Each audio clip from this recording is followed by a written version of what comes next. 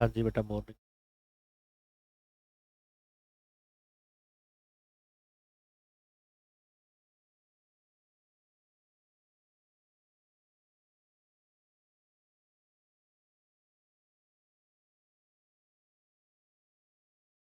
बेटा मॉर्निंग। चलो बच्चों, शुरू करें एक नया चैप्टर आज। क्या है चैप्टर का नाम बताओ? Constitution of India. बेटा आपकी फर्स्ट क्लास है, क्या नाम आपका? नकुल, ऑनलाइन वॉनलाइन ले रहे थे या पहली बार आए हो आज? पहली बार आए हो? फ्रेंड हो इसकी? कितनी? पूरी? चलो जी। तो बेटा चैप्टर जो आज शुरू करेंगे उसका नाम है कॉन्स्टिट्यूशन ऑफ इंडिया। शुरू करने से पहले आप मुझे बताना, नाम तो बेटा आपको पता लगी गया, चैप्टर का नाम क्या है? Constitution of India, COI। क्या समझ आता है कॉन्स्टिट्यूशन ऑफ इंडिया से? क्या होता है कॉन्स्टिट्यूशन? कॉन्स्टिट्यूशन बेटा भारत का संविधान। क्या है बेटा? भारत का संविधान, उसको क्या बोलते हैं? कॉन्स्टिट्यूशन। लिखना नहीं कुछ भी। देखो, हमारे इंडिया बेटा पहले क्या था, आपको पता है? बड़ी मुश्किल से हमें आज़ादी मिली। पहले हमारे यहाँ पर मुगल शासक थे, फिर यहाँ पर क्या है, ब्रिटिशर्स आए, उन्होंने राज करा। फिर फाइनली उसके बाद क्या हुआ, यहाँ पर डेमोक्रेसी आई, लोकतंत्र आया। लोकतंत्र मतलब चुनाव हुए, यहाँ पर हम लोगों को राइट दिया गया वोट डालने का। और हमारे ही बेसिस पर क्या होता है, एक पॉलिटिकल पार्टी जीतती है, उसका रिप्रेजेंटेटिव प्रधानमंत्री बनता है। यही है ना बच्चों? ये कौन लेकर आया, ये कौन इंट्रोड्यूस कर रहा है इस चीज को, कॉन्स्टिट्यूशन ऑफ इंडिया? हमारे देश में सबसे सुप्रीम ना तो प्रधानमंत्री है ना राष्ट्रपति। अगर हमारे देश में सबसे सुप्रीम कोई है तो वो क्या है? कॉन्स्टिट्यूशन। जितनी भी इंडिया में अथॉरिटीज है उन सबको पावर भी कहां से मिली है? कॉन्स्टिट्यूशन से। आगे बात समझ। और ये कॉन्स्टिट्यूशन आपको पता हो कब आया था बताओ? 26 जनवरी 1950 को। 1947 में देश आजाद हुआ था। 1947 में जैसे ही देश आजाद हुआ उसके बाद आपने सुना होगा, भीमराव अंबेडकर थे। जय भीम। पता ना? भीमराव अंबेडकर जी थे, उन्होंने क्या करा, कॉन्स्टिट्यूशन लिखा। साथ में नेहरू जी थे, नेहरू जी पढ़े लिखे थे, काफी एजुकेटेड थे। इन दोनों ने मिलकर क्या करा, लिखा कॉन्स्टिट्यूशन। और आप देखते हो ना बेटा, आज के टाइम पर सरकारी नौकरियां निकलती हैं, उसमें रिजर्वेशन डाल देते हैं कि इतने परसेंट क्या है, रिजर्वेशन है। SC ST वालों को, OBC वालों को। ये क्यों है बेटा रिजर्वेशन? कॉन्स्टिट्यूशन कहता है ये। कॉन्स्टिट्यूशन जब लिखा गया था उसमें ही रिजर्वेशन का क्लॉज भी डाल दिया गया था। ऐसा क्यों डाला सर, ऐसी क्या आफत आ गई? तो बेटा जो हमारे अंबेडकर साहब थे वो भी दलित समाज से थे, तो उन्होंने अपने समाज को प्रमोट करने के लिए उन्होंने क्या करा, रिजर्वेशन डाल दी। और बोला ये गया कि ये पिछड़ा समाज है, और उस वक्त था भी पिछड़ा। तब आपको पता हो इंडिया में अनटचेबिलिटी, छुआछूत बड़ा चलता था। बड़ा पक्ष, लोअर पक्ष होता था ना ऐसा, कि बड़े समाज के लोग हैं, छोटे समाज के लोग हैं, अलग प्लेट में खाना है, अलग हिसाब से खाना है, अलग बर्तन होने चाहिए। अब जाकर थोड़ा इंडिया में चीजें क्या हुई है, खत्म हुई है। बट अगर आप आज भी गांव देहात में चले जाओ, वहां पर आज भी ये चीजें फॉलो की जाती कि उस समाज का आदमी अगर हमारे घर खाना चला गया, खाकर चला गया, तो वो भैया बर्तन यूज नहीं होंगे। तो इस चीजों को ध्यान में रखते हुए कॉन्स्टिट्यूशन ने जो दलित समाज है उसको प्रमोट करने के लिए SC ST OBC को बहुत सारी रिजर्वेशन डाली। क्या डाली? और वो रिजर्वेशन जो चलती आ रही है, आज तक चलती आ रही है। डाली तो उनको प्रमोट करने के लिए थी, आज उसका मिसयूज हो रहा है। क्यों? मेरे हिसाब से अब तक तो प्रमोट हो चुकी है। अब जिसके घर में फॉर्च्यूनर खड़ी हो उसको किस बात की रिजर्वेशन चाहिए एम्प्लॉयमेंट में? क्यों? जो अफोर्ड कर सकता है 40 लाख की गाड़ी और बोले रिजर्वेशन दो, वो कहाँ समझदारी है? बट अब पॉलिटिकल पार्टी को पता है ये रिजर्वेशन खत्म हो नहीं सकती, उन्होंने सबने इसको क्या बना लिया, चुनाव का एक मुद्दा बना लिया। जो पॉलिटिकल पार्टी आती है वो क्या करती है, एक नया घोषणा कर देती है, हम इस समाज के लिए क्या करेंगे, रिजर्वेशन करेंगे। सबने अपने अपने धर्म पकड़े हुए हैं, बीजेपी ने भी, कांग्रेस ने भी, समाजवादी पार्टी ने भी। तो कॉन्स्टिट्यूशन ऑफ इंडिया याद रखना बेटा, सुप्रीम अथॉरिटी है इंडिया में। अब इंडिया में 3 पब्लिक अथॉरिटीज हैं। ठीक है जी, इंडिया में क्या है, 3 पब्लिक अथॉरिटी है। तीनों को पावर वहीं से डिराइव हुई है, और 3 ही पब्लिक अथॉरिटी जो मिलकर पूरी इंडिया चला रही है। तो लिखना मत कुछ भी, सबसे पहली बात तो मैं जो लिख रहा हूं कुछ भी लिखना मत। जो कॉन्स्टिट्यूशन ऑफ इंडिया है वो हमारे इंडिया में क्या है, सुप्रीम है, सबसे बड़ा है। कॉन्स्टिट्यूशन ऑफ इंडिया हमारे इंडिया में क्या है, सुप्रीम है। और दूसरा, कॉन्स्टिट्यूशन ऑफ इंडिया हमारे यहाँ पर क्या है, रिटर्न है बेटा, क्या है, रिटर्न है। कुछ जगह पर कॉन्स्टिट्यूशन अनरिटर्न है, यहां पर तो कौन सा कॉन्स्टिट्यूशन है, रिटर्न कॉन्स्टिट्यूशन है। कुछ जगह पर कॉन्स्टिट्यूशन अनरिटर्न फॉर्म में भी था। आई बात समझ, हमारे इंडिया में कौन सा कॉन्स्टिट्यूशन है, रिटर्न फॉर्म में है। अब कॉन्स्टिट्यूशन ऑफ इंडिया कहता है पूरे कुल मिलाकर हमारे देश में तीन तरह की पब्लिक अथॉरिटी है जिनसे देश हमारा चलता है। उन तीनों को पावर कहां से मिली है, कॉन्स्टिट्यूशन ऑफ इंडिया से। ये पढ़ने के बाद आपको समझ आ जाएगा कि सच में really sir constitution of India हमारा क्या है, सुप्रीम है, इससे बड़ा कुछ भी नहीं है। हमारे यहाँ तीन तरह की पब्लिक अथॉरिटी है। सबसे पहले लेजिस्लेटिव अथॉरिटी, लेजिस्लेटिव बॉडी। सबसे पहली बॉडी हमारे यहाँ कौन सी है, लेजिस्लेटिव बॉडी बोल दो, लेजिस्लेटिव अथॉरिटी बोल दो। फिर हमारे यहाँ पर है एक एग्जीक्यूटिव बॉडी जिसको एग्जीक्यूटिव अथॉरिटी बोल दो। फिर हमारे यहाँ पर बच्चों है जुडिशियल अथॉरिटी जिसको जुडिशियल बॉडी बोल दो।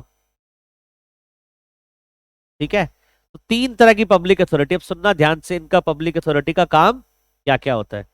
एक बात बताओ, हमारे इंडिया में लॉ बनते हैं बच्चों, लॉ कौन बनाता है, आप बनाते हो, मैं बनाता हूं, या पार्लियामेंट बनाती है, पार्लियामेंट लॉ बनाती है। तो लेजिस्लेटिव बॉडी मतलब वो वाली बॉडी जिसका काम है लॉ मेकिंग, जिसका काम क्या है, लॉ मेकिंग, लॉ बनाना। और ये दो तरह की बॉडी लॉ बनाएगी। अगर सेंट्रल गवर्नमेंट का लॉ बनेगा तो वो पार्लियामेंट ऑफ इंडिया बनाएगी, और अगर स्टेट गवर्नमेंट का लॉ बनेगा तो वो स्टेट असेंबली, विधानसभा बनाएगी। बेटा क्या बनाएगी, स्टेट असेंबली। अगर किसका लॉ बनेगा, सेंट्रल का लॉ बनेगा तो कौन बनाएगा, पार्लियामेंट। स्टेट का लॉ बनेगा तो स्टेट असेंबली बनाएगी। अब सुनो ध्यान से, मतलब लेजिस्लेटिव बॉडी को कॉन्स्टिट्यूशन ने पावर दी है लॉ बनाने की। आप देखते हो ना, केंद्र सरकार अलग अलग मैटर पे लॉ बनाती है। कृषि कानून बनाए थे तीन, फिर तीन कृषि कानून को वापस भी ले लिया जब ज्यादा आपको पता उस पे लोगों ने प्रोटेस्ट करा 1-1.5 साल करीबन, तो सरकार ने क्या बोला, हम तीनों कृषि कानून को वापस लेते हैं। इंडिया में आपको पता होगा इनकम टैक्स है, इनकम टैक्स एक्ट जो कहता है इनकम पे क्या पे करो, टैक्स पे करो। ये सरकार ने लॉ बना रखा है, क्यों, क्योंकि कॉन्स्टिट्यूशन इस लेजिस्लेटिव बॉडी को पावर देता है कि आप इनकम पर टैक्स लगाने की पावर आप रखते हो। मतलब जो भी लॉ लेजिस्लेटिव बॉडी बनाती है वो पावर कहां से डिराइव होती है, कॉन्स्टिट्यूशन ऑफ इंडिया से। और जिस मैटर पे लॉ बनाने के लिए कॉन्स्टिट्यूशन पावर नहीं देता, क्या बताओ लेजिस्लेटिव बॉडी लॉ बना पाएगी, अरे बोलो भाई। तो जितने भी आप देखते हो लॉज एंड ऑर्डर इंडिया में चलते हैं, लॉ एंड ऑर्डर जो चलता है आज के टाइम पर, जितने भी पार्लियामेंट लॉ बनाती है, स्टेट असेंबली लॉ बनाती है, वो क्यों बनाती है, because power is given to them by constitution. अगर कॉन्स्टिट्यूशन वो पावर ना दे तो क्या लॉ बना पाएंगे वो, आंसर इज नो।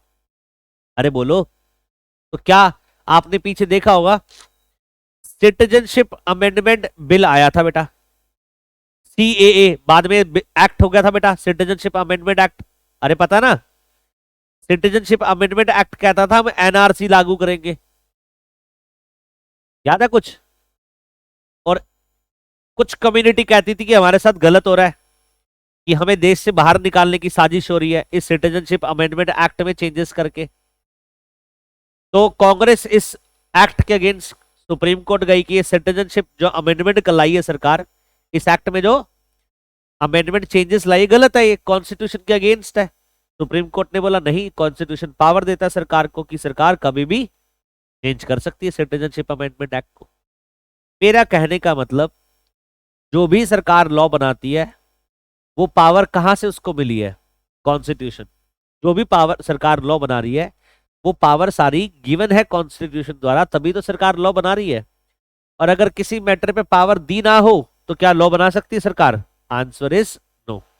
आगे बात समझ, तुम्हारे इंडिया में पहली जो पब्लिक अथॉरिटी है वो लेजिस्लेटिव बॉडी है जिसके पास लॉ एंड ऑर्डर का काम होता है। ठीक है जी, तो ये पावर किसको दी गई है, कॉन्स्टिट्यूशन को। पुलिस प्रशासन वाले जो होते हैं उनके आप इंटरनल रूल्स होते हैं, वो भी ये बनाते हैं। अरे बोलो, एमसीडी वाले होते हैं, म्युनिसिपल कॉर्पोरेशन ऑफ दिल्ली, जो सुबह झाड़ू लगाते हैं, उनके भी रूल्स होते हैं अपने। ये सब लेजिस्लेटिव बॉडी तो करती है काम। दूसरा यहां पर कौन है, एग्जीक्यूटिव बॉडी। जिस दूसरी बॉडी यहां पर कौन है, एग्जीक्यूटिव बॉडी, जिसका काम होता है एडमिनिस्ट्रेशन देखना। क्या देखना, क्या इस कोचिंग का एडमिनिस्ट्रेशन मैं देखता हूं ना, मुझे नहीं पता था पानी कौन सप्लाई करता है, मुझे नहीं पता था पानी कौन सप्लाई करता है, मुझे नहीं पता था यहाँ पर जो ब्रोशर वगैरह छपते हैं कहाँ से आते हैं। साफ करते हैं, बस मैं उनके नाम पर पेमेंट कर देता हूँ, क्योंकि एडमिनिस्ट्रेशन वर्क मैं देखूंगा तो पढ़ाऊंगा फिर कब। अरे बोलो, मुझे फोन करेंगे सर आपका इतना बैलेंस है, मैं पढ़ाऊंगा, बैलेंस पे करूंगा उनका फोन उठाकर, वो बता देता सर इतना बिल है, पे कर देता हूँ। तो एडमिनिस्ट्रेशन वर्क हमारे यहाँ पर कौन संभालता है? तो बेटा सुनो, दो तरह की सरकारें हैं, सेंट्रल गवर्नमेंट और एक स्टेट गवर्नमेंट। पूरी इंडिया का एडमिनिस्ट्रेशन, मूलभूत सुविधाएं होनी चाहिए, कौन बताता किसकी जिम्मेवारी है? ये सीजी की जिम्मेवारी है। और एक स्टेट का एडमिनिस्ट्रेशन ठीक चले, किसकी जिम्मेवारी है? स्टेट गवर्नमेंट की। आप देखते नहीं केजरीवाल सरकार के अगेंस्ट बीजेपी वाले कई बार बोलते हैं इसको चलानी नहीं आती सरकार, इसको स्टेट चलाना नहीं आता, इसको रिजाइन कर देना चाहिए, इतनी ऑक्सीजन की कमी होगी, ये क्या कर रहा है? एलिगेशन लगाते हैं ना एक दूसरे के ऊपर। एक पर्टिकुलर स्टेट, आप देखो जैसे कोविड के टाइम पर ऑक्सीजन कम हो गई थी, सबसे ज्यादा कौन भागदौड़ी कर रहा? सरकार कर रही थी, क्योंकि एडमिनिस्ट्रेशन की रिस्पॉन्सिबिलिटी किसकी है? सरकार की है। आज हम दिल्ली में रहते हैं, पॉल्यूशन बहुत ज्यादा है, आपकी आईज में बेटा वो जलन सी होती है शाम को? अरे बोलो, मेरे तो होती है भैया, अच्छी खासी जलन होती है, आईज में जलन सी होती है शाम को पॉल्यूशन की वजह से। ये सरकार का फेलियर है। भाई हमें क्या मिले? पानी की सप्लाई अच्छी मिले, हमें टाइम पर बिजली मिल रही हो, इसके अलावा पोल्यूटेड फ्री इन्वायरमेंट में रहे, नॉइस पोल्यूशन ना हो, ये सब एडमिनिस्ट्रेशन की रिस्पॉन्सिबिलिटी किसकी है? गवर्नमेंट की है। तो एग्जीक्यूटिव बॉडी को पावर किसने दी है? एडमिनिस्ट्रेशन ने, कॉन्स्टिट्यूशन ने। वो अपनी पावर एक्सरसाइज करते हैं, बट पावर जो एक्सरसाइज करते हैं विद इन द लिमिट्स, जो पावर कॉन्स्टिट्यूशन में दी गई है। जो पावर कॉन्स्टिट्यूशन में दी ही नहीं, बताओ वो पावर एक्सरसाइज कर सकते हैं? अच्छा वॉर हो जाए, क्या हो जाए? तो केजरीवाल जी, योगी जी के कहने पर वॉर होगी या पीएम के कहने पर वॉर होगी? क्यों बोला आपने पीएम के कहने पर वॉर होगी? मतलब आप देखो, अगर पाकिस्तान से वॉर हो जाए, इंडिया की चाइना से, तो केजरीवाल कहता है ये मिसाइल छोड़ो, प्रधानमंत्री कहते चल हट, तेरी कौन सुनेगा? क्यों? आपने तुरंत बोल दिया सर मोदी जी डिसाइड करेंगे, ऐसा क्यों? क्योंकि पावर बाइफरकेटेड है ना सर। पावर क्या है? बाइफरकेटेड है। देश की सुरक्षा की जिम्मेवारी किसकी है? पीएम मतलब सेंट्रल गवर्नमेंट। अरे बोलो, बॉर्डर की जो सिक्योरिटी है वो किसके हाथ में है? सेंट्रल के हाथ में। आप सुना नहीं मोदी जी क्या कर देते हैं, अनाउंस कर देते हैं, बॉर्डर सिक्योरिटी फोर्स बीएसएफ के जवानों से मिलने जाते हैं। अरे बोलो, वो उनके अंडर में आता है। पावर क्या कर रखी है? बाइफरकेटेड कर रखी है। अब दिल्ली में अगर पानी की सप्लाई अच्छी नहीं आ रही, सुबह सुबह काला पानी आ रहा है कोको कोला वाला, अब क्या पीएम रिस्पॉन्सिबल है, सीएम रिस्पॉन्सिबल? ये एडमिनिस्ट्रेशन की जिम्मेवारी किसकी है? स्टेट गवर्नमेंट की है। और अगर काला पानी आ रहा है, that is failure of state government. अरे बोलो। अब देखो, आपने गौर करा होगा पीछे कुछ समय पहले राफेल फाइटर जेट खरीदे थे इंडिया ने। क्या खरीदे थे? Rafale fighter jet. किससे खरीदे थे? फ्रांस से। फ्रांस से फाइटर जेट खरीदे इंडिया ने, राफेल। ठीक है, अब क्या हुआ? जैसे वो फाइटर जेट खरीदे तो कांग्रेस ने एलिगेशन लगाया कि करप्शन हुआ इस डील में। क्या हुआ है? वो चले गए कोर्ट के पास। मतलब act of government is challenged in court. आप क्या कर रहे हो? गवर्नमेंट के एक्ट को कहां चैलेंज कर रहे हो? कोर्ट में चैलेंज करो, दैट इज अलाउड। क्यों? जो भी पब्लिक अथॉरिटी काम करती है, एग्जीक्यूटिव बॉडी किसके दायरे में रहकर करती है?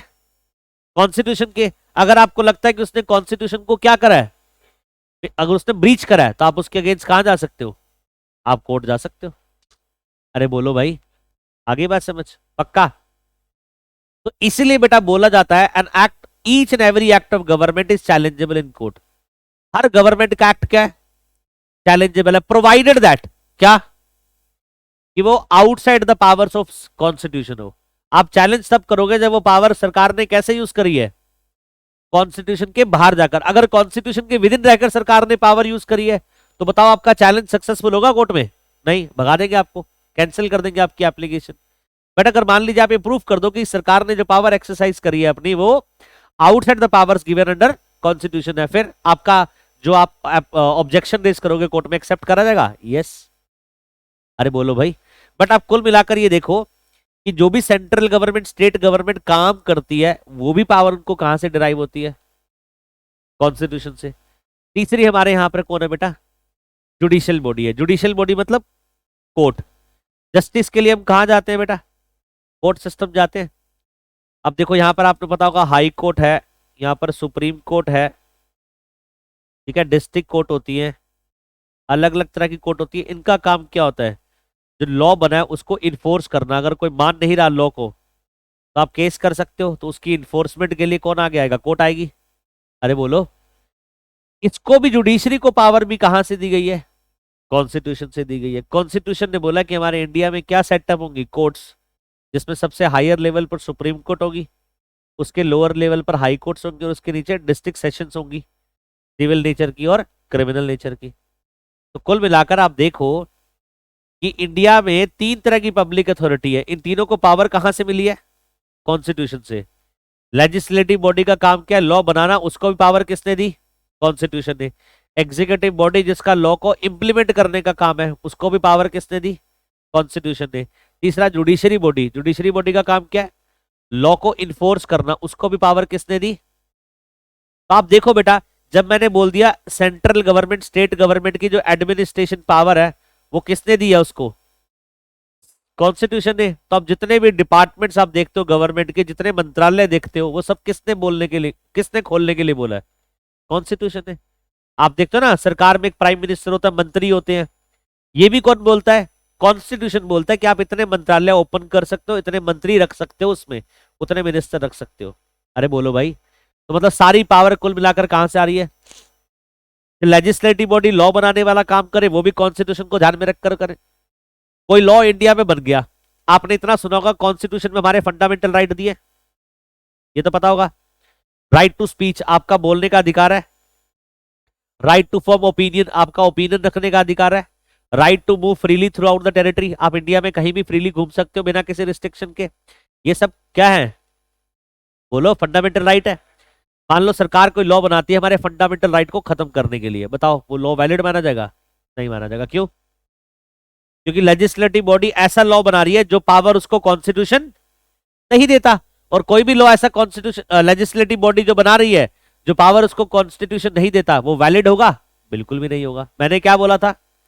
जो भी लेजिस्लेटिव बॉडी काम करे, जो भी एग्जीक्यूटिव बॉडी काम करे, जो भी जुडिशरी बॉडी काम करे, that has to be within the framework of constitution. बोलो, बात समझ आ गई? पक्का? कोई डाउट? तो ये बेटा हमारे तीनों क्या हो गई? पब्लिक अथॉरिटीज होगी। इन तीनों को पावर क्या? अब एक चीज और सुनो बेटा, किताबों में कुछ लिखा नहीं हुआ ऐसा कुछ, मैं जो बता रहा हूं आपको, इतनी सारी बातें किताबों में तो बस इतना लिखा है, legislative body, executive body, judiciary body, तीन क्या है? Public authority. तीनों सेटअप द्वारा, किसके द्वारा है? कॉन्स्टिट्यूशन। आपको पता हो हर चीज सरकार के अंडर में आती है? अरे बोलो। सीबीआई है, CBI central bureau of investigation, वो भी किसके अंडर में? गवर्नमेंट के अंडर में। ठीक है। इसके अलावा रॉ है हमारी इंटेलिजेंस एजेंसी, वो भी किसके अंडर में है? गवर्नमेंट। आर्मी है किसके अंडर में? गवर्नमेंट। पुलिस है किसके अंडर में? गवर्नमेंट। हमारा जुडिशरी सिस्टम गवर्नमेंट के अंडर में नहीं आता। जुडिशरी क्या है? फ्लाई है, इंडिपेंडेंट है। कभी आप वो देखते हो, मैच देख रहे हो क्रिकेट का, तो क्रिकेट के मैच में अंपायर के पीछे लिखा था fly, fly umpire. Fly umpire मतलब उड़ेगा, मतलब फ्रीडम है उसको। अब तो ये डीआरएस का सिस्टम आ गया। आज मतलब मान अंपायर ने आउट दे दिया तो आप उसको क्या कर सकते हो? रिव्यू। पहले के टाइम पर क्या होता था, अगर आप 10 साल पीछे चले जाओ, 5 साल पीछे चले जाओ, रिव्यू सिस्टम था ही नहीं कोई। अंपायर डिसीजन लास्ट डिसीजन था। अब तुम उसको घूर लो, देख लो, कुछ भी कर लो। इवन ज्यादा आप अगर उसको घूरोगे वो फाइन लगा देता था। ये फैक्ट है। अगर ये डीआरएस सचिन के टाइम पर आ जाता ना, तो सचिन 15-20 सेंचुरी और मार देता। सचिन इतना बड़ा प्लेयर था, उससे इतनी खुंदस खाते थे टीम में उससे अंपायर, कि बेचारे को बस पैड पे लगी नहीं, उसको तुरंत क्या कर देंगे? आउट दे देंगे। इतनी खुंदस थी बेचारे से। शरीफ आदमी था ना, शरीफ आदमी को सारे लोग पेलते हैं। अरे बोलो। और बाकी रिकी पॉन्टिंग जैसा आउट है जो गाली देता था अंपायर को, करते करते चला जाता था वो। सचिन की कभी आदत नहीं, आउट दे दिया, दे दिया। आप देख लेना, आपने शायद देखा क्या होगा, आप तो अभी एज कम है आपकी, तो उसकी क्या है, जितनी भी आर भी आउट, कई बार 99 पे आउट दे दिया, कई बार 97 पे दे दिया, उसकी 15-20 सेंचुरी तो ऐसी खत्म कर रखी है। आज के टाइम पर विराट कोहली का थोड़ा सा उससे कहते हैं कि आंकड़े ज्यादा है। अरे टेक्नोलॉजी भी तो अच्छी है आज के टाइम पर, नए नए बैट्स आ गए, इतने अच्छे अच्छे बैट आए, टुक करते ही क्या अच्छी प्लेसमेंट आती है। पहले के टाइम पे कुछ नहीं था। बोलो, बस एक ही बैट होता था सबके पास। तो सचिन इसलिए थोड़ी कहते बहुत महान था, सचिन अपने आप में गॉड ऑफ क्रिकेट था। उस टाइम पर खेलना जिस टाइम पर कुछ नहीं था, और आज तक उसके रिकॉर्ड को कोई तोड़ नहीं पाया। विराट कोहली जो खेल रहा है टैलेंटेड है, बट अगर ये रिव्यू सिस्टम पहले होता ना, तो सचिन फिर वो ऐसा रिकॉर्ड बना देता जो कभी कोई तोड़ ही ना पाता। ऐसी बेटा जुडिशरी सिस्टम हमारे इंडिया में क्या है, इंडिपेंडेंट है, वो किसी के अंडर में नहीं आता। जुडिशरी सिस्टम क्या नहीं आता किसी के, सरकार, आप देखो सरकार के अंडर में हर चीज है, सरकार के अंडर में हर चीज है, सरकार कुछ भी कर सकती है किसी भी अथॉरिटी से, बट एक्सेप्ट जुडिशरी। कोर्ट में अगर मैटर चल रहा है, सरकार का कोई इंटरफेरेंस नहीं है। हमारा कॉन्स्टिट्यूशन कहता है जो हमारी जुडिशरी है वो क्या करेगी, इंडिपेंडेंट होकर काम करेगी, किसी के दबाव में नहीं करेगी। यही रीजन है हमारे यहां पर बापू आसाराम, आपने कभी देखा हो एड, पहले आता था बापू आसाराम जी, ऐसे बोलते थे न्यूज वाले। फिर इन पे रेप चार्जेस लगे, कल तो बापू उठाया, कह रहे आसाराम जी। फिर कोर्ट ने इसको क्या कर दिया, सजा दे दी, कह रहे जी भी हटाओ, आसाराम, रेपिस्ट आसाराम है। फिर बाबा राम रहीम। एक बात बताओ, इतनी बड़ी पर्सनैलिटी को जेल में डाल दिया। ये चाहते दंगे करवा देते, 2-2 4-4 करोड़ तो इनके फॉलोअर्स हैं पागल, जो डाई हार्ट फैन होते हैं। आज भी बाबा राम रहीम के भगत से मिल लो, वो कहेगा नहीं गलत है, बाबा राम रहीम तुम्हारे सही थे, ये तो पॉलिटिक्स है। और कह रहे एक बार बाबा जी को वापस आन दो बाहर, सारी दुनिया खत्म हो जाएगी। यही राज करेंगे बस। हमारे एक नॉन में एक रिलेटिव है, मैं ज्यादा डिटेल में नहीं जाऊंगा, वो कहते हैं जिस दिन हमारे बाबा जी आ गए ना, उस दिन ये सब खत्म हो जाएगा, ये सरकारें वरकारें, फिर एक ही राज चलेगा बस। किसका, बाबा जी का। मैं कहा मैं कब आ रहे हैं वो, कब आ रहे हैं, फिर आएंगे। और डाई हार्ट फैन है। एक दिन मैं जा रहा था, मैं ड्राइव कर रहा था, वो बगल में बैठे हुए मेरे रिश्ते मेरे चाचा लगते हैं, वो दूर के थोड़े से। तो हम जा रहे थे, तो वो संध्या का टाइम होता था, शाम का, चांद दिखने लग जाता है। तो अब जो जो डाई हार्ट फैन होता है ना, उनको वही दिखता है। कह रहे आशीष मुझे ना चंद्रमा में आज बाबा जी की फोटो दिखाई दे रही है, क्या तू भी देख। मैं क्या, मैं देख रहा हूँ पर मेरा चित्र नहीं बन रहा अभी तक। आप समझो, उनको हर चीज में क्या दिखता है, बाबा दिखता है। तो फॉलोअर्स तो ऐसे ही होते हैं बेटा। अब मोदी जी के भक्त कहते नहीं, भक्त है, उनको वो मोदी जी के केस कुछ नहीं सुन सकते, जो केजरीवाल के हो केजरीवाल के। तो इतनी बड़ी शख्सियत को जेल में डालना यार बहुत बड़ा डिसीजन था यार वो। ठीक है रेप वेप करा होगा, किसने नहीं करा, सारे ही करते हैं, नहीं हंसने वाली बात नहीं। ये जितनी बड़ी पोस्ट पर है ना, सारे गंद है ये, बस वो पकड़ा गया, जो पकड़ा गया वो चोर। क्यों। अब ये एक बात बताओ, आप जितने पॉलिटिशियन है सब पे आप कोई ना कोई एलिगेशन, सबके केस चल रहा है, किसी के ऊपर रेप का, किसी के ऊपर मर्डर का, तो जजमेंट्स नहीं आ रही, इसलिए क्या है ये बाहर घूम रहे हैं ये। अरे बोलो, आप देख लो, सबके 2 नंबर के कुछ ना कुछ कांड हो रखे हैं, पर जो पकड़ा गया वो क्या है, चोर है। हालांकि बहुत गलत चीज है ये। आप जब कोई आप पे ट्रस्ट करता है, इतनी आप बड़ी संस्था चलाते हो, लोग आपको फॉलो करते हैं रिलीजन के नाम पर, और उसमें रेप जैसा कोई अगर आपके ऊपर एलिगेशन लग जाए, प्रूफ भी हो जाए, उससे बड़ी गलत चीज कोई हो ही नहीं सकती। क्यों। बट यही बात है, बट कई सारे केस हुए पहले भी, पर जो पकड़ा गया वो चोर है, और कुछ तो भाग भी गया, आपको पता हो। एक नित्यानंद स्वामी थे, नित्यानंद स्वामी, उन्होंने तो अलग कंट्री बसा ली अपनी, है ना, नित्यानंद करके कुछ थे वो। तो इतने बड़े अच्छे decision, Lalu Prasad Yadav, ex railway minister of India, ex chief minister of Bihar, वो जेल में है। तो इतने बड़े गट्स चाहिए ना इतने बड़े डिसीजन देने के लिए। जुडिशरी इंडिपेंडेंट है, जुडिशरी किसी के दबाव में काम नहीं करती। अगर उसके पास कोई भी केस आएगा, वो अपना इंडिपेंडेंटली फ्रीडम से डिसीजन देगी। ये किसने पावर दी है, कॉन्स्टिट्यूशन ने दी है। अरे बोलो, तभी तो बेटा जुडिशरी क्या है, अपना फ्रीडम से काम करती है, बट कई बार मैन्युपुलेशन भी हो सकती है इसमें, जज कोई खरीद लिया जाए, हो सकता ना, मैन्युपुलेशन यहाँ भी पॉसिबल है। बट कोई कोई क्या होता है, बिल्कुल थोड़ा सिद्धांतों वाला होता है, नहीं बिकता वो। जैसा आप देखते हैं कुछ आईएएस का ट्रांसफर होता रहता है सिविल सर्विस में जो होते हैं, क्यों होते रहते हैं ट्रांसफर, कोई ईमानदार ज्यादा होते अटक जाते हैं कि हम तो नहीं करेंगे, पीछे पॉलिटिशियन प्रेशर आता है कि ऐसा करो, वो कहते हैं हम तो ऐसा नहीं करेंगे, हमारा दिल नहीं मानता, तो उनका वो ट्रांसफर करवा देते हैं, हटा तो सकते नहीं उनको, तुरंत ऐसी जगह ट्रांसफर करते हैं। सिंघम मूवी देखी आपने, सिम्बा सिंघम, क्या करते हैं वो, जो अच्छा ऑफिसर होता है उसको ट्रांसफर करवा देते हैं। यही होता है प्रैक्टिकल लाइफ में। तो जुडिशरी हमारे याद रखना इंडिपेंडेंट काम करती है, और ये पावर किसने दिया अगेन, कॉन्स्टिट्यूशन है। तो मैं लिख देता हूँ बेटा, ये सारी किताबों में बातें लिखी हुई, आप याद रखिएगा। जुडिशरी हमारे यहाँ पर कैसे काम करती है, इंडिपेंडेंट, और इसके ऊपर कोई सरकार का कोई प्रेशर नहीं होगा।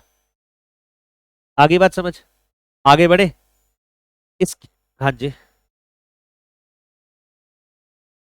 कुछ नहीं हो सकता केस फाइल करने से कोर्टे पे। कॉन्स्टिट्यूशन में लिखा हुआ है कि रिजर्वेशन देंगे हम, तो आप कैसे केस कर सकते हो?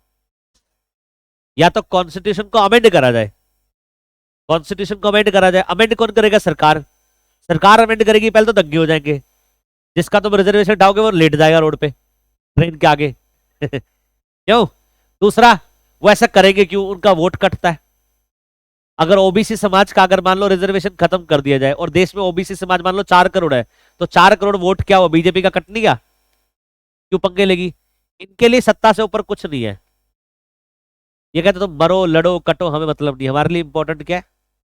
वोट। तो वोट के लिए कुछ भी कर सकते हैं ये। हाँ जी बोलो बेटा, क्या पूछ रहे हो? पूछ रहे हो कुछ? क्या नॉर्मल पीपल? अरे हम कुछ नहीं है, हम पशु हैं हमारे इंडिया में। We are animals.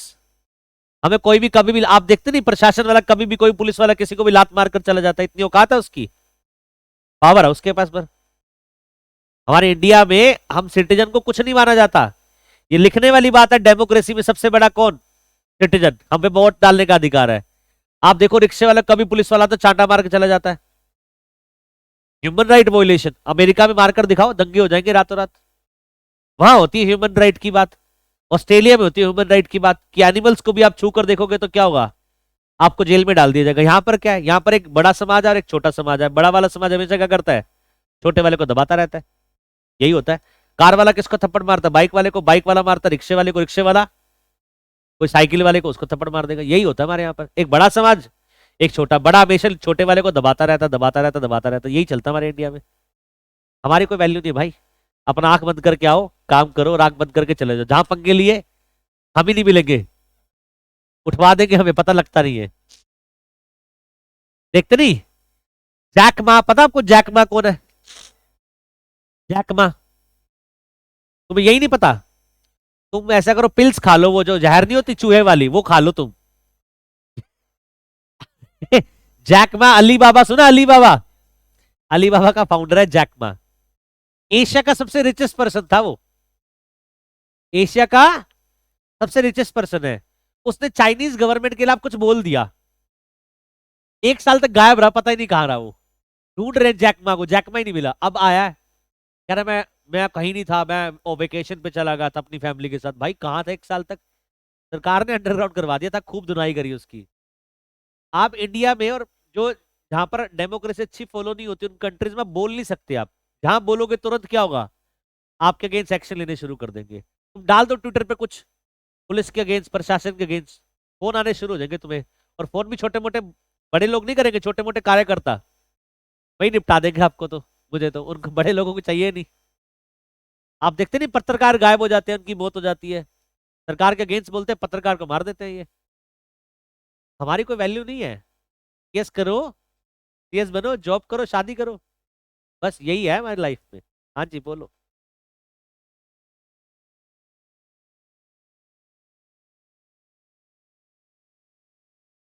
हाँ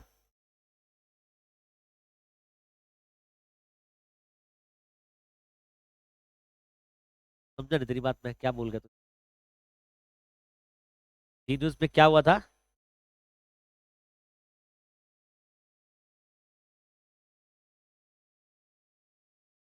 हाँ हाँ हाँ।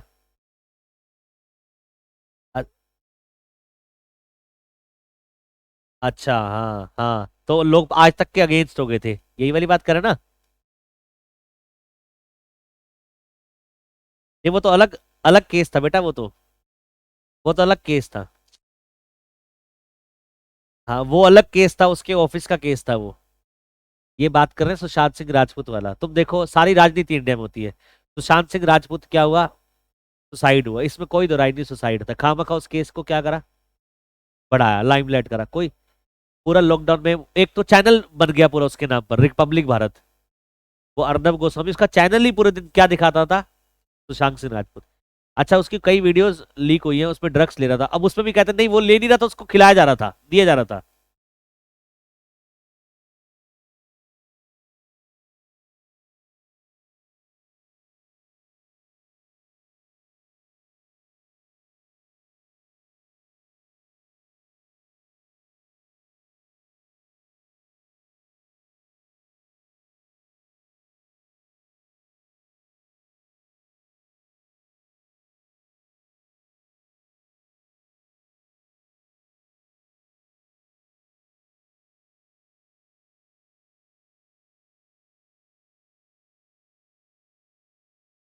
बेटा आ रही है वॉइस? वो तो बेटा दोनों अलग अलग केस हैं, दोनों अलग अलग केस हैं, ये तो सब राजनीति चलती है इनकी। हाँ हाँ हाँ हाँ, बिल्कुल बिल्कुल। उधर ठाकरे के बेटे को लाएगा, चलो वो तो बात है बहुत होगी। बिल्कुल, इंडिया में सच बोलना गलत है। आगे बात समझ। इंडिया में जो चल रहा है वही चलाओ, तुम अलग ट्रैक में मत जाओ, ठाकर ले सके पता भी लगेगा नहीं। चलो जी, ये इतनी बात समझ आ गई। तो पहला पॉइंट मैंने क्या बताया आपको, कॉन्स्टिट्यूशन ऑफ इंडिया कब बना बताओ, कब आया फोर्स में? ये इसकी इन्फोर्समेंट डेट होगी बेटा, क्या हो गई? 3 क्वेश्चन करवा दिए मैंने आपको, पहली बता दी इन्फोर्समेंट डेट, इन्फोर्समेंट डेट क्या है? 26 जनवरी 1950। दूसरा मैंने बता दिया कॉन्स्टिट्यूशन हमारे इंडिया में सबसे क्या है, सुप्रीम। क्या बताओ, पीएम से बड़ा है? यस। क्या सीएम से बड़ा है? यस। क्या प्रेसिडेंट से बड़ा है? यस। इनकी अपॉइंटमेंट भी तो कहां लिखी है, कॉन्स्टिट्यूशन में लिखी है। कॉन्स्टिट्यूशन ने तो लिखा है हमारे यहाँ एक पीएम होगा, तभी तो पीएम है। नेक्स्ट, कॉन्स्टिट्यूशन किस फॉर्म में है? रिटन फॉर्म में, बट कुछ कंट्री में कॉन्स्टिट्यूशन किस फॉर्म में है? अनरिटन फॉर्म में है। नेक्स्ट बेटा, कॉन्स्टिट्यूशन ऑफ इंडिया ने कितनी पब्लिक अथॉरिटी बेटा स्टैब्लिश करी? 3 पब्लिक अथॉरिटी है बेटा हमारे यहाँ पर, एक लेजिस्लेटिव है, दूसरी एग्जीक्यूटिव है और तीसरी जुडिशरी है। और तीनों को पावर कहां से डिराइव हुई है बेटा? कॉन्स्टिट्यूशन से। और कॉन्स्टिट्यूशन इस रिस्पेक्ट में क्या हुआ, सबसे सुप्रीम हुआ। कोई डाउट? पक्का? अब सुनो ध्यान से, एक क्वेश्चन है बेटा, सुनना ध्यान से। हमारा जो कॉन्स्टिट्यूशन, फोर्थ क्वेश्चन है बेटा, हमारा जो कॉन्स्टिट्यूशन ऑफ इंडिया है वो फेडरल है या यूनिटरी है? क्या क्वेश्चन है कि हमारा जो कॉन्स्टिट्यूशन ऑफ इंडिया है क्या है, फेडरल है या फिर यूनिटरी है? तो आप पहले बोलोगे सर हमें तो यही नहीं पता फेडरल क्या होता है, यूनिटरी क्या होता है। सही बात है। सुनो बेटा ध्यान से, मैं कुछ आपको फीचर्स बता रहा हूं। क्या फीचर बता रहा हूं? फेडरल सिस्टम के फीचर बता रहा हूं, सुनना ध्यान से। फेडरल सिस्टम वो सिस्टम होता है जहां पर बेटा ड्यूअल गवर्नमेंट होती है। अब लिख लेना साथ साथ, फेडरल सिस्टम क्या सिस्टम होता है जहां पर कौन सी गवर्नमेंट होती है? ड्यूअल गवर्नमेंट होती है। ड्यूअल मतलब दो गवर्नमेंट होती है।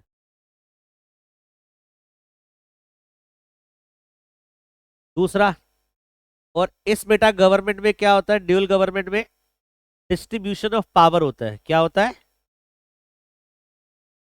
पावर को डिस्ट्रीब्यूट करा होता है दोनों के बीच में। तीसरा, यहां पर सुप्रीमेसी ऑफ कॉन्स्टिट्यूशन होती है। सुप्रीमेसी ऑफ कॉन्स्टिट्यूशन, सबसे सुप्रीम कौन माना जाता है? कॉन्स्टिट्यूशन। इसके अलावा independence of judiciary, judiciary system वहां पर क्या होता है बच्चों? इंडिपेंडेंट होता है। इंडिपेंडेंस ऑफ जुडिशरी का मतलब जुडिशरी सिस्टम क्या होता है बेटा? इंडिपेंडेंट होता है। इसके अलावा कॉन्स्टिट्यूशन क्या होता है? रिटन होता है। कॉन्स्टिट्यूशन क्या होता है? रिटन होता है। इसके अलावा रिजिड प्रोसीजर होता है बेटा इसमें फॉर अमेंडमेंट ऑफ कॉन्स्टिट्यूशन। अगर आपको कॉन्स्टिट्यूशन अमेंड करना है तो उसका प्रोसीजर बड़ा क्या है? रिजिड होता है। Rigid procedure for amendment of constitution, constitution का अमेंड करना बड़ा रिजिड होता है। लिख लिया इतना?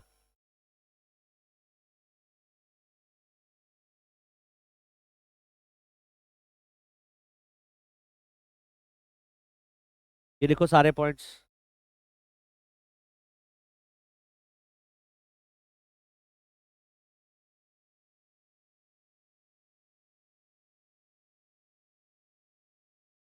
लिख लिया इतने? देखो बेटा, एक एक करके देखते हैं। हमारे इंडिया में बताओ ड्यूअल गवर्नमेंट है? यस, यहाँ पर ड्यूअल गवर्नमेंट कैसे है? एक सेंट्रल और एक यहाँ पर स्टेट है। दूसरा, यहाँ पर डिस्ट्रीब्यूशन ऑफ पावर है। कुछ पावर कौन एक्सरसाइज करता है? सीजी। कुछ पावर एसजी। अच्छा, मैं बात करूं सेंट्रल पूरे इंडिया के एडमिनिस्ट्रेशन की, वो कौन देखता है? सीजी। अगर मैं बोलूं बॉर्डर की जो रक्षा है उसकी किसकी जिम्मेवारी है? ये सीजी की। ऐसी स्टेट को भी अपनी अपनी पावर दे रखी है। तीसरा, यहाँ पर बेटा सुप्रीम कौन है? Constitution, supremacy of constitution. यहाँ पर सबसे ज्यादा सुप्रीम कौन है? इंडिया में है सुप्रीमेसी। यहाँ पर जुडिशरी क्या करती है? इंडिपेंडेंट रहती है। बताई मैंने बात? क्या सरकार के अंडर में काम करती है, अपने आप काम करती है? अपने आप। नेक्स्ट, यहाँ पर रिटन कॉन्स्टिट्यूशन है बेटा। अरे बोलो। और कॉन्स्टिट्यूशन को अमेंड करना काफी रिजिड है, इजी नहीं है। कॉन्स्टिट्यूशन को अमेंड करना काफी रिजिड है और इजी नहीं है। ये 6 फीचर मैंने किसके बताए? फेडरल सिस्टम के। तो आपको समझ आ रहा होगा सर 6 के 6 फीचर तो इंडिया में है ये। अरे बोलो, ये 6 के 6 फीचर कहाँ है? इंडिया में है ना बेटा। तो मतलब हमारा कॉन्स्टिट्यूशन कौन सा हुआ? फेडरल हुआ, यूनिटरी हुआ? सुनो ध्यान से। इन जनरल, लिखना मत कुछ भी, पहले सुनो। In general constitution of India जो हमारा है फेडरल है बेटा। फेडरल मतलब जहां पर ड्यूअल गवर्नमेंट चलती है, central as well as state. But in times of need, जहां जहां पर क्या होती है? बट रिक्वायरमेंट होती है। But in times of needs, जहां पर रिक्वायरमेंट पड़ती है, कई बार ये बेटा फेडरल से क्या हो जाता है? यूनिटरी हो जाता है। मैंने अभी आपको बताया था, मेरी क्लास में बोलेगी हर बात लिंक करके देखो। अगर देश में पाकिस्तान के साथ हमारा वॉर हो जाए तो केजरीवाल जी बताएंगे क्या होना चाहिए या मोदी जी डिसाइड करेंगे? तो बेटा ड्यूअल गवर्नमेंट सिस्टम वहां पर खत्म नहीं हो गया? बोलो। अगर वॉर हो जाए तो इसेंशियल कमोडिटी को सब देश में पहुंचाना, ठीक है? वॉर हो जाए तो इसेंशियल कमोडिटी को पहुंचाना। इसके अलावा सारे जो भी एडमिनिस्ट्रेशन का डिसीजन है लेना, वो किसके पास पावर आ जाती है? सेंट्रल के पास आ जाती है। मतलब वो फेडरल वाला फिर वहां पर कॉन्स्टिट्यूशन क्या हो जाता है? चेंज होकर क्या बन जाता है? यूनिटरी बन जाता है। इन जनरल, मैंने वर्ड क्या बोला? In general. इन जनरल हमारा कॉन्स्टिट्यूशन क्या है? Federal. But in times of need, जब जब रिक्वायरमेंट पड़ती है तब तब ये क्या हो जाता है? यूनिटरी हो जाता है। Therefore we can say, therefore we can say our constitution of India neither purely, क्या लिखूंगा बताओ? नाइदर प्योरली फेडरल, आगे क्या बोलूंगा बेटा? Nor purely unitary. और आगे क्या बोलूंगा? It is a combination of both. It is a combination of both. बताओ, समझ आ गई बात? अरे बोलो। अगर आपसे को पूछे फेडरल क्या होता है, पहले बताओ फेडरल स्ट्रक्चर क्या होता है, तो आप क्या बोलोगे? 6 पॉइंट फेडरल स्ट्रक्चर में। फेडरल स्ट्रक्चर ऐसा जहां पर क्या हो? ड्यूअल गवर्नमेंट चलती हो, जहां पर उन गवर्नमेंट के बीच में पावर क्या हो? डिस्ट्रीब्यूशन हो। इसके अलावा सुप्रीमेसी किसका हो? कॉन्स्टिट्यूशन सुप्रीम हो। जुडिशरी इंडिपेंडेंट रोल प्ले करती हो। कॉन्स्टिट्यूशन रिटन हो। और अमेंडमेंट करना कॉन्स्टिट्यूशन में काफी रिजिड हो। क्या हो? काफी रिजिड। तो बेटा जिस पर्टिकुलर जगह पर ये बेटा प्रोसीजर दे रखा हो, ये 6 फीचर दे रखे हो बेटा, वहां पर बेटा हम बोलेंगे क्या है? कॉन्स्टिट्यूशन फेडरल है। बट मैंने बोला कुछ कुछ केस ऐसे भी है जहां पर बेटा हमारा फेडरल कॉन्स्टिट्यूशन किस में कन्वर्ट हो जाता है? उसमें यूनिटरी वाले फीचर आ जाते हैं। फिर बताओ ड्यूअल गवर्नमेंट होगा? नहीं, खत्म हो जाएगा। पावर किसके पास आ जाएगी? सारी सेंट्रल के पास। एक एग्जांपल मैंने दिया, इन केस ऑफ वॉर। लिख दो बेटा एग्जांपल, इसके साथ लिख दो example in case of war. ऐसे और भी एग्जांपल है, एक नहीं है बेटा, और भी बहुत सारे केस है जहां जहां पर हमारा कॉन्स्टिट्यूशन क्या हो जाता है? यूनिटरी हो जाता है। क्या हो जाता है? उसमें से एक एग्जांपल मैंने दिया, कौन से केस में? वॉर के केस में। देयरफॉर वी कैन से, इसलिए हम कह सकते हैं हमारा कॉन्स्टिट्यूशन नाइदर प्योरली फेडरल है नॉर प्योरली यूनिटरी है, and therefore we can say it is combination of both. अब एग्जाम में क्वेश्चन आ गया, constitution is dash dash dash dash dash dash dash dash dash constitutional structure is dash dash dash, और option दे रखा है federal, unitary, combination of both, none of the above. क्या होगा आंसर? दूसरा ऑप्शन सुनो, ऑप्शन दे रखा है federal, unitary, exemplary, none of the above. Like of federal डालो ना, इन जनरल तो फेडरल है वो। जब कॉम्बिनेशन ऑफ बोथ का ऑप्शन दे रखा हो तो क्या करना? Combination of both. अगर कॉम्बिनेशन ऑफ बोथ का ऑप्शन नहीं है और फेडरल का ऑप्शन दिया तो इन जनरल तो कॉन्स्टिट्यूशन क्या होता है? तो फेडरल ही आपका आंसर होगा। समझ आ गई बात? और 6 बेटा टीचर समझ आ गए? ऊपर मुंह करो बेटा, 2 क्वेश्चन बनेंगे यहां से। एक तो यही क्वेश्चन बनेगा आपका, एक तो यहां से यही क्वेश्चन बन जाएगा कि कॉन्स्टिट्यूशन फेडरल है या यूनिटरी है। दूसरा एक क्वेश्चन और बनेगा कि फेडरल जो सिस्टम है उसमें क्या क्या चीजें कवर्ड होती है, 6 पॉइंट्स। और आपको उसमें बताना होगा, ये 2 क्वेश्चन पूछ लेगा, या तो फेडरल में क्या क्या कवर्ड होता है या पूछ लेगा फेडरल में क्या क्या कवर्ड नहीं होता। अरे बोलो, आगे बात समझ। ये 6 पॉइंट याद रखना, इससे आप क्या आइडेंटिफाइड कर पाओगे कि फेडरल स्ट्रक्चर है या नहीं है। हो सकता है एग्जामिनर आपसे क्या पूछ ले, बताओ 4 ऑप्शन देकर कि कौन सा फेडरल स्ट्रक्चर है, फेडरल फीचर है। और या फिर आपसे पूछ ले इन चारों में से बताओ कौन सा फेडरल कवर नहीं है। 3 आपको फेडरल दे देगा और एक आउटसाइड द फेडरल दे देगा, तो आपको ऑप्शन आउटसाइड द फेडरल वाला चूज कर। बोलो, बात समझ आ गई? अब लिख लो बेटा, डाउट पूछना पूछ लो। हाँ जी बिल्कुल, हाँ जी। दूसरा एग्जाम्पल आ गया, मैंने बताया नहीं, दूसरा एग्जाम्पल भी सुन लो। ऊपर मुंह करो, ऊपर मुंह करो। इमरजेंसी, देश में जब क्या लग जाती है? इमरजेंसी। इमरजेंसी मतलब आपातकालीन, आपातकाल। 1982 में, 82 था ना, 82 था, 82 में आपातकालीन हुआ था, इंदिरा गांधी ने करा था, पता आपको? सुना होगा आपने, इमरजेंसी देश में लग गई थी। तो सबका कहता है ना, विनाश काले विपरीत बुद्धि। इंदिरा गांधी जैसा पॉपुलर प्राइम मिनिस्टर आज तक कभी नहीं हुआ। और लेडी वो भी इतनी क्या थी स्ट्रॉन्ग डिसीजन लेने में कि तुरंत आधे 1 घंटे में पाकिस्तान से आगे बांग्लादेश तक इंडिया ने कब्जा कर लिया था। आपको पता हो, बांग्लादेश पाकिस्तान का हिस्सा था, इंडिया ने क्या करा था? बंटवारा करवाया था कब्जा करके कि भैया ये अलग देश बनेगा बांग्लादेश, बंगालियों का। मतलब इतनी पावरफुल लेडी थी। उसका एक डिसीजन सबसे गलत था, वो कौन सा था? इमरजेंसी। दूसरा एक और डिसीजन उसने गलत किया था अपनी लाइफ में, अगर आपने सुना भिंडरा वाला ना, भिंडरा वाला ऑपरेशन ब्लू स्टार हुआ था अमृतसर में, गोल्डन टेम्पल में एक सरदार था भिंडरा वाला, वो अंदर छुप गया था, उसके पास हथियार थे, तो उन्होंने घुसकर बंगला उसमें गोल्डन टेम्पल में अमृतसर में घुसकर सेना को भेज के उसको मरवाया था। वहां से सिख लोग भिड़ गए कि चलो मानते हैं वो गलत था। अब गलत तो बेटा आपको पता है, जब भी कोई पर्सन फेमस हो जाए ना, 2 गुट बच जाते हैं, याद रखना। एक उसको अच्छा कहने वाला और एक उसको बुरा कहने वाला। अब भिंडरा वाले के कुछ सपोर्टर है और कुछ क्या है, अगेंस्ट है। अब जो सपोर्टर है वो कह रहे हैं सरकार ने गलत करा, जो अगेंस्ट है वो कह रहे हैं हाँ सरकार ने सही करा, पर एक चीज गलत करी, गुरुद्वारे में आके मारा। अब सरकार कह रही हो बाहर आ नहीं रहा था, हम कैसे मार देते।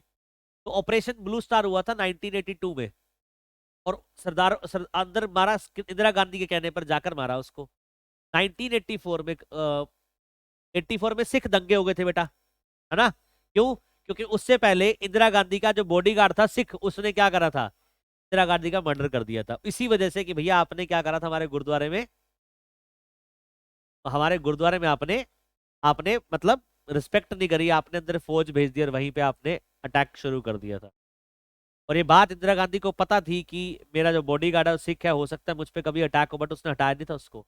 बहुत लीडर थी, उससे ज्यादा आज के टाइम पर तो लोगों को पता नहीं।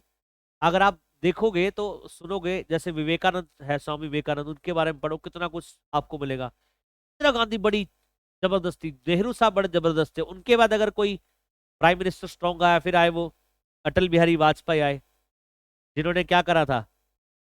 पोखरण में परमाणु परीक्षण करा था, बैन लगा रखा था इंडिया में परमाणु परीक्षण, फिर भी उन्होंने कर लिया था। और फिर उसके मोदी जी पावरफुल आए थोड़े से। तो ऐसा नहीं कि मोदी जी अकेले हैं, इनसे पहले भी ऐसे ऐसे प्रधानमंत्री आए हैं जिन्होंने बहुत जबरदस्त काम करा है। वो तो हमेशा पॉलिटिकल पार्टी ऐसी होती है जो जब मोदी जी से पूछ लो बीजेपी से, वो क्या बोलेंगे? हम ही बेस्ट है। अरे बोलो, किसी कोचिंग वाले जाओगे, बोलो क्या कौन बेस्ट है? हम ही बेस्ट है, हम ही नंबर 1 है। वो थोड़ी बोलेंगे। तो बीजेपी का वही फॉर्मूला कि प्रधानमंत्री मोदी जी क्या है, आज तक इतिहास में बेस्ट है। बट ले फाउंडेशन देखो तो फाउंडेशन तो पहले से आ रहा है ना। टीम तो पहले से देश की रखी गई है। और पहले एक ऐसे कुछ प्रधानमंत्री हो जिन्होंने बहुत बड़े बड़े एक्शन लिए जब इंडिया पे कुछ नहीं था। और तब जब ना होना कुछ और तब डिसीजन लेना तब बहुत बड़ी बात होती है। अब तो इंडिया बहुत कुछ है, इंडिया में इंडिया तो पावर बन चुका है एक। वर्ल्ड पावर तो नहीं है बट फिर भी एक अच्छी खासी स्ट्रॉन्ग कंट्री है। अब तो डिसीजन लेना कोई दिक्कत वाली बात नहीं है। जब आपकी जेब में पैसे हो और आपको डिसीजन लेना हो तब कोई दिक्कत नहीं होती।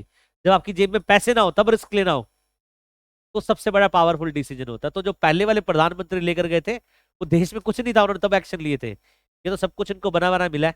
ये तो बस उसको आगे क्या कर रहे हैं, कैरी फॉरवर्ड कर रहे हैं। क्यों? महेंद्र सिंह धोनी ने बनी बनाई टीम किसको दी? विराट कोहली को। इसलिए विराट कोहली आगे चला गया, पर बनाई तो किसने वो? और धोनी को लेगेसी देकर गए थे सौरव गांगुली। सौरव गांगुली से पहले इतिहास उठा लो, इंडियन टीम अच्छा खेलती नहीं थी। तो क्रेडिट कोई और ले जाता है बट फाउंडेशन किसी और ने रखी होती है। हाँ जी, अब डाउट पूछ लो बेटा। ये कॉन्स्टिट्यूशन वाला समझ आ गया? फेडरल है, यूनिटरी है? बोलो बोलो। एक और क्वेश्चन बेटा एग्जाम में आता है। Constitution of India preamble. क्या बेटा? प्रियम्बल।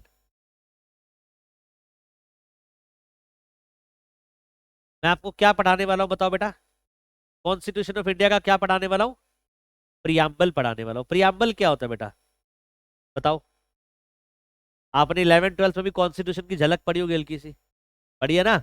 वहां पर भी आपको प्रियम्बल पढ़ा है। हाँ, we the people of India वाला, यस। क्या होता है ये?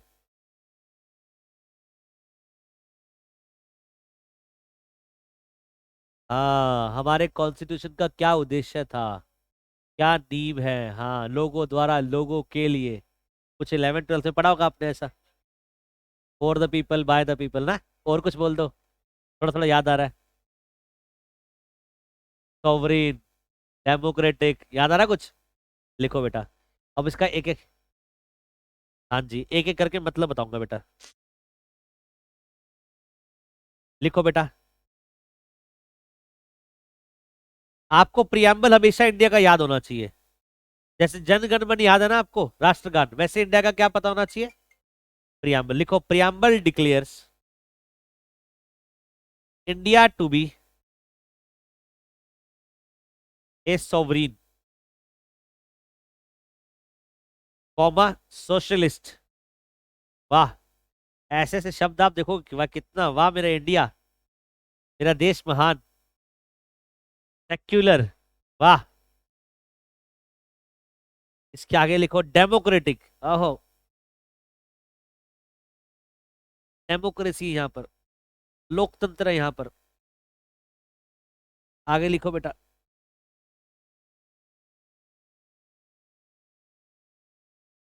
And secures, and secures, and secures to democratic republic लिखना बेटा, democratic republic. And secures to all its citizen, to all its citizen justice, comma liberty, comma liberty, comma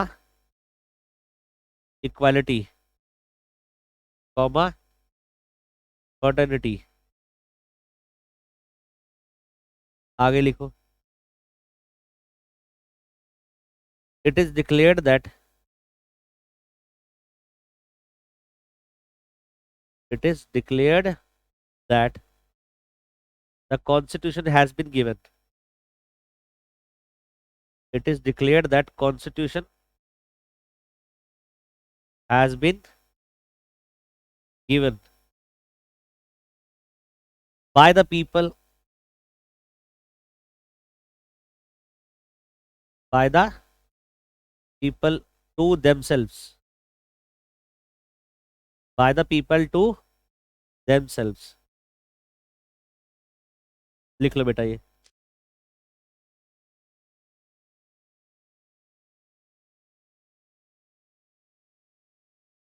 added by, इसके ऊपर लिख लेना एडेड बाय 42nd अमेंडमेंट, ये word पहले नहीं था बेटा, ये कब लाया गया?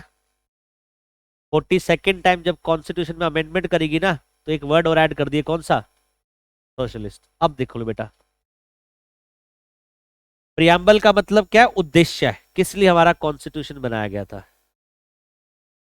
गजब, ऐसे लगेगा इससे बड़े कंट्री नहीं है पढ़ने के बाद। कौन सी? Preamble declares India to be a sovereign power. बिल्कुल, इंडिया सॉवरिन पावर है, ये तो सच है। पहले हमारे यहाँ मुगल शासक आए, उन्होंने राज करा, फिर हमारे यहाँ ब्रिटिशर्स आए, तब हम सॉवरिन पावर नहीं थे। अब हम कौन सी पावर है? सॉवरिन मतलब इंडिपेंडेंट पावर है। क्या आज हमारे ऊपर कोई कंट्रोल करता है? नहीं बेटा, उसको क्या बोलते हैं? सॉवरिन। सॉवरिन मतलब ऐसी सरकार जो क्या करती है? इंडिपेंडेंट काम करती है। आप देखो ना बेटा, अब क्या सरकार यूएसए के प्रेशर में आकर को काम करे या ना करे? कई बार यूएसए आपको पता है कई बार क्या करता है, कंट्री से बैन लगा देता है। अब इंडियन जैसी जो कंट्री है, जो काफी बड़ी है, डेवलपिंग है, उसको क्या मतलब किसी कंट्री की सुनने का? वो एक इंडिपेंडेंट कंट्री है, सॉवरिन कंट्री है। तो इंडिया कौन सी कंट्री है? सॉवरिन कंट्री, किसी के दबाव में काम नहीं करेगी। तभी तो अटल बिहारी वाजपेयी ने क्या करा? परमाणु परीक्षण करा पोखरण में। दूसरा, इंडिया क्या है? सोशलिस्ट है and secular.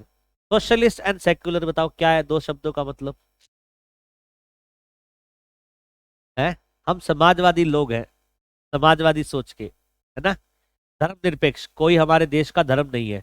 Pakistan Islamic country है ना।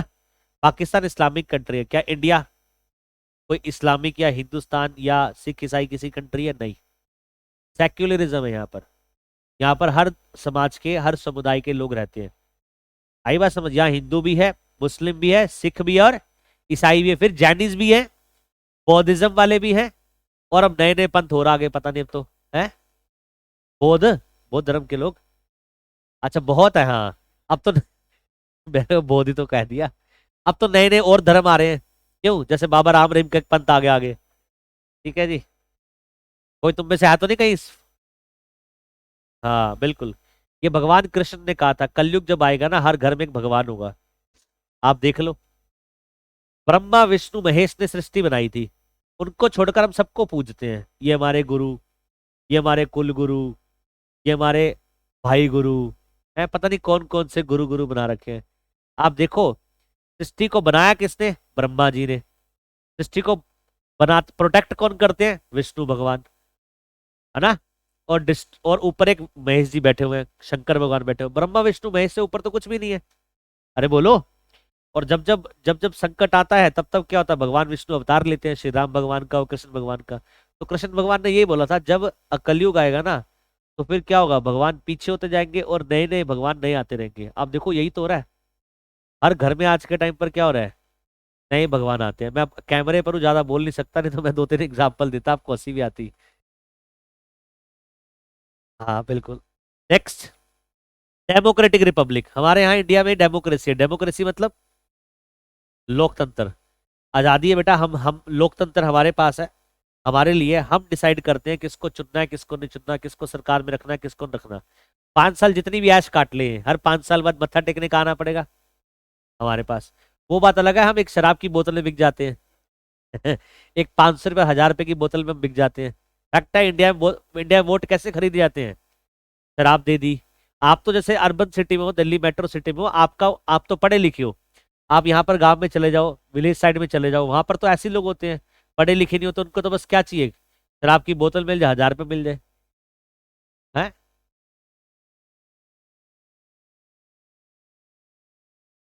हाँ ऐसे होता है। नेक्स्ट, बिल्कुल। इसके अलावा and secure to all citizen, justice, और सिक्योर करता है कॉन्स्टिट्यूशन, सबको क्या मिलेगा? जस्टिस, न्याय मिलेगा। लिबर्टी मिलेगी, सबको आजादी मिलेगी, ट्वीट मत कर देना, बस उठाकर ले जाएंगे। इक्वालिटी मिलेगी सबको, भेदभाव नहीं है जी यहाँ पर कोई। ठीक है जी। And it is declared that constitution has been given by the people to themselves. और बेटा, कॉन्स्टिट्यूशन किसके लिए बनाया? लोगों ने बनाया है, लोगों के लिए बनाया है। अरे बोलो। तो याद रखना बेटा, हमारा कॉन्स्टिट्यूशन कौन सी है बेटा? कॉन्स्टिट्यूशन डिक्लेयर करता है हमारा क्या? प्रियम्बल क्या बोलता है? इंडिया कौन सी पावर है? Sovereign, socialist, secular and democratic Republic. बताओ कोई डाउट? ये बेटा याद होना चाहिए। याद आप आज के बाद आपको कॉन्स्टिट्यूशन का प्रियम्बल हमेशा जिंदगी भर याद होना चाहिए। फर्टर्निटी मतलब देख, एक, हाँ भाईचारा, वो इक्वालिटी के अलावा भी जब लिबर्टी बात करते हैं, लिबर्टी में भी बहुत सारी चीजें आ जाती है, उसमें एक फर्टर्निटी आती है, जैसे हम सीएस की फर्टर्निटी में आते हैं, सब में क्या भाईचारा है, उसी एंगल से बोला गया सबको इक्वालिटी मिलेगी, फर्टर्निटी मिलेगी, सबको एक समुदाय मिलेगा, सब अपना साथ रहो, कोई सोसाइटी किसी की नहीं होगी, जो जहां रहना चाहता है, जैसे रहना चाहता है वैसे रहे। और पूछो भाई। ठीक है, हमारा इंडिया बहुत अच्छा है बेटा, ऐसी बात नहीं है। किताबों में दो लोग इंडिया में बड़े सुखी रहते हैं, जिन पे पैसा हो, जिन पे पावर हो। आपके पास दोनों चीज में से कोई भी एक चीज है ना, तो आपके लिए स्वर्ग है इंडिया। जिसके पास पैसा हो, वो नंबर प्लेट में नंबर ना लगाए गाड़ी की, तब भी चलाएगा, कोई दिक्कत नहीं है। और जिस पे पावर हो, मंत्री का बेटा हो, कोई रोक ले मजाल है उसको। तो इंडिया में दो, अगर आपको दोनों में से कोई एक चीज भी है, पैसा और पावर, तो आपके लिए अच्छी है। दोनों में से आप कम है, तो फिर हम एनिमल्स है, पशु है, हमें कोई भी कभी भी लात मारकर चला जाएगा। फैक्ट है। आप देखो मिडिल क्लास वाली क्या औकात होती है, कुछ औकात नहीं है। हम पुलिस वाले को देख कर घबरा जाते हैं, पता नहीं हमारी तरफ क्यों आ रहा है, क्या लेना देना हमारा इससे। क्यों अर्जुन? हम तो पूरी उम्र इसी से निकाल देते हैं, भगवान बस सोसाइटी में किसी से बिगड़े ना, कोई ऊंचा ना बोल जाए हमारे लिए, है ना। माँ बाप क्या बोलते हैं, सीधे जाओ सीधे आ जाओ, कोई बोल ना दे आपके बारे में कुछ उल्टा, हमें सुनने को ना मिल जाए, बस हमारी जिंदगी इसी में निकल जाती है। तो भैया घर वालों की इज्जत है, उसको बचा के रखना है। और जिसमें पावर पैसा, वो कितने भी कांड कर ले, फिर भी उसको सब सलाम ठोकते हैं। या तो इंडिया पावर हो या पैसा हो। पैसा हो, कल केजरीवाल आएंगे बोलेंगे आशीष सर से बढ़िया कोई नहीं पढ़ाता। मैं बोलता हूँ केजरीवाल जी को, आपको आने वाले इलेक्शन में 10 करोड़ की डोनेशन दूंगा। कल आएंगे यहाँ पर देखना, कल आएंगे और 1 घंटा बैठ कर जाएंगे, और जब जब बुलाऊंगा तब तब आएंगे। या मेरे पास दूसरा पावर हो, पॉलिटिकल बैकग्राउंड हो, दोनों में से कोई भी एक चीज हो, इंडिया बहुत अच्छी कंट्री, अदरवाइज आप समझदार हो। ठीक है, हाँ, बिल्कुल बिल्कुल। चलिए आज के लिए बच्चों इतना ही। तो आज हमने क्या क्या टॉपिक पढ़ लिए, एक बार जल्दी बताओ। सबसे पहला हमने पहला क्वेश्चन बताओ, कॉन्स्टिट्यूशन का इन्फोर्समेंट डेट बताओ क्या है। 26 जनवरी 1950। कॉन्स्टिट्यूशन हमारे इंडिया में क्या है, सुप्रीम। कॉन्स्टिट्यूशन क्या है, रिटर्न। कॉन्स्टिट्यूशन ने कितनी पब्लिक अथॉरिटी को पावर दी, 3। बताओ तीनों के नाम। लेजिस्लेटिव, एग्जीक्यूटिव और जुडिशरी। इसके अलावा कॉन्स्टिट्यूशन फेडरल फेडरल है या यूनिटरी है? फेडरल है इन जनरल, बट कई बार क्या हो जाता है, यूनिटरी। तो ना तो इस प्योरली फेडरल, ना ही purely unitary, it is a combination of both. ठीक है जी। इसके अलावा इसके बाद हमने पढ़ा कॉन्स्टिट्यूशन का प्रियम्बल। कॉन्स्टिट्यूशन कहता है, प्रियम्बल क्या है, सोवरिन है, सोशलिस्ट है, सेक्युलर है और डेमोक्रेटिक रिपब्लिक है, और सिक्योर करता है सबको, सिटीजन को, जस्टिस, इक्वालिटी और लिबर्टी और फर्टर्निटी। और ये भी बोलता है कि भैया कॉन्स्टिट्यूशन लोगों के लिए, लोगों ने बनाया है। आई बात, सब लोगों ने लोगों के लिए बनाया है। हाँ जी। सोवरेन मतलब इंडिया की इंडिपेंडेंट पावर है, कोई किस पे कंट्रोल नहीं करता। आज इंडिया को किसी पे अटैक करना हो, पाकिस्तान पे, क्या यूएसए की परमिशन चाहिए? नहीं, अगर परेशान करेगा देख हम अटैक कर देंगे। ठीक है बच्चों, लिखो फिर बेटा। बेटा आप देख लो ना, बड़ा, जो जो भी बड़ा होगा बेटा हमेशा छोटे को दबाएगा, है ना, यही होता है इंडिया में, बड़ा हो जो छोटे को दबाएगा। लिख लो इसको जल्दी जल्दी।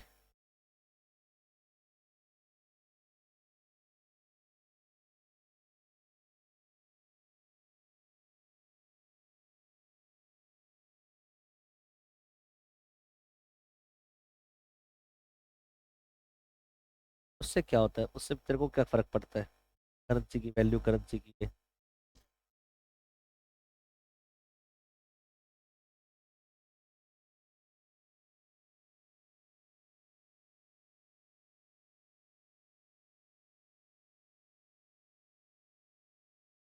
नहीं भाई, है जनरल वाले क्या करें, कुछ नहीं भाई, जिंदगी कट ही रही है, वैसे काट लेंगे, और 30 साल हो गए, 20 और बचे हैं, काट ही लेंगे।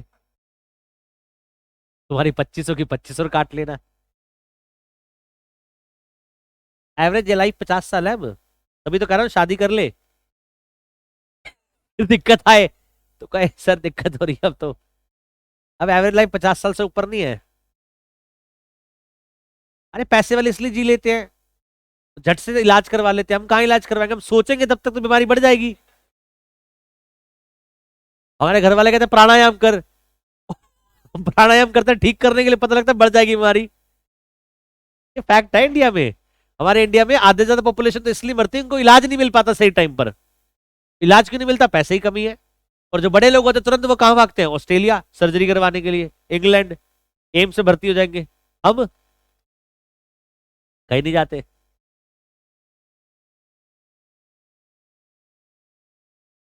वही सोचियो मैं जो कह रहा हूँ।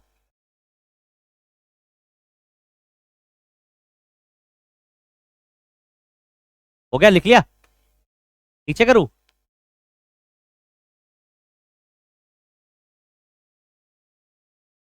क्या कह रहा है? 4 लाख क्या बेटा?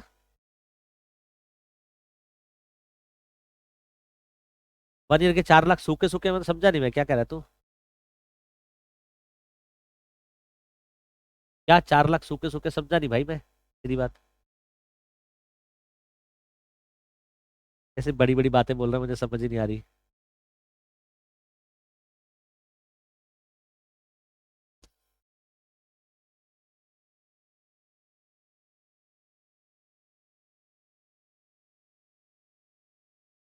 कर दूं नीचे, डाउन कर दूं?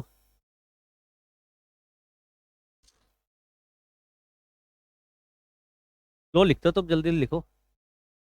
रूपक लिख लिया?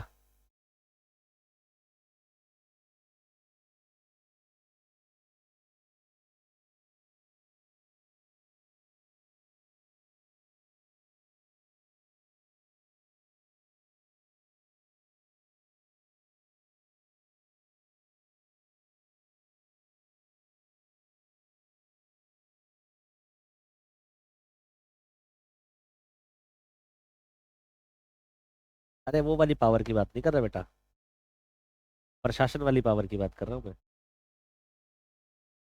हो गया डन? क्या करके मारेगी मशीन मनीषा तू?